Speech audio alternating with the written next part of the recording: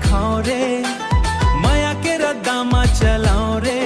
तोर हासी मा मोर संसार, तोर नावले धड़के दिल हर बार, तोर नावले धड़के दिल हर बार।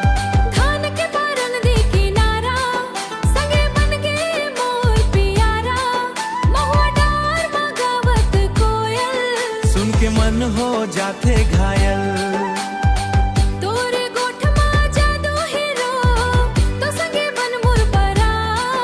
महुआ डाम मा चांदनी रात, सुनर संग लागे सुघर बार। तोर गोठ मा जादू है रे, तोर संग जिए बर चाहत हौ रे। गाँव के गली चांदनी रात, तोर संग लागे सुघर बार।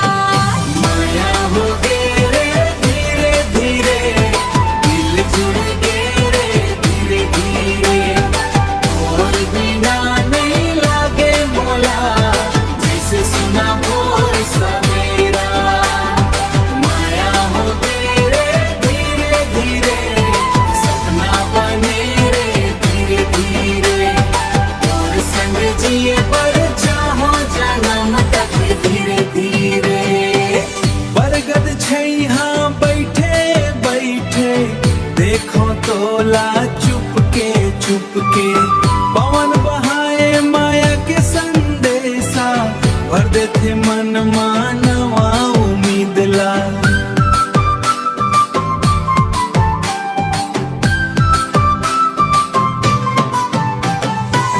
तीजा पोरा मड़ई मेला, संग चलन तोर हाथ धरेला।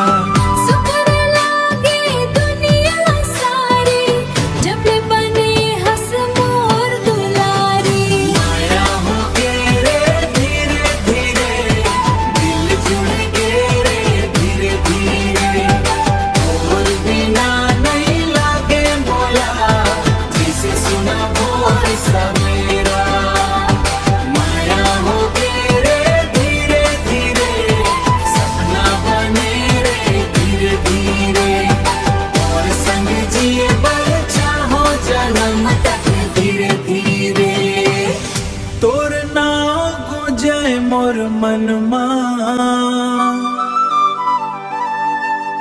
तोर माया के जीवन मा, चंदा सुर रहे है गवा।